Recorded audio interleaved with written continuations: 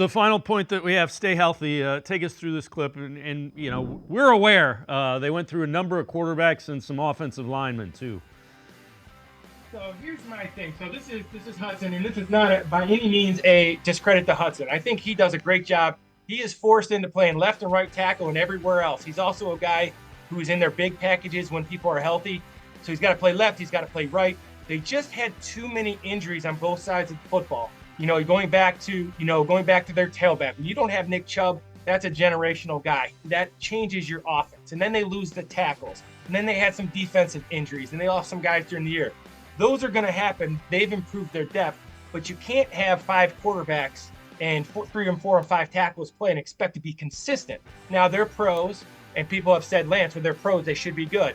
Well, these guys aren't starters for a reason. They're really good. They're NFL guys, but the starters are there for a reason as well.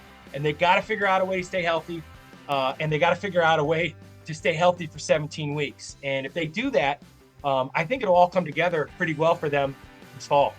Yeah, and you would think that injuries are the kind of thing that even out. Had a bad year last year with injuries. You mentioned 5 quarterbacks. They were on their 5th and 6th tackles at times. So knock on whatever's around. Hopefully it's more health, better health this year for the Browns. And obviously, Deshaun Watson, we'll go right from Deshaun Watson, right? It's an NFL-driven league, and he gets hurt, right? So he plays really good against the Ravens, and he's hurt.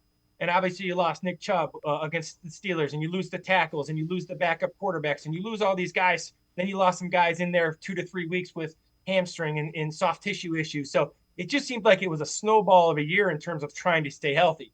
Now, health happens to everybody. Injuries happens to everybody in the NFL. And I think the Browns did a great job of not using it as an excuse. And obviously, they made the playoffs and did really well, and they had a great record with all those injuries. So I just think I know injuries are going to happen, but I don't think injuries are going to happen to the extent they did last fall. Once in a while, you just, for some reason, the snowball starts rolling downhill and you can't stop it. For some reason, they just could not stop getting injured and getting nicked and not playing. So if they're a healthy football team and are a fairly healthy football team, they're going to be a very tough out for anybody they play this fall.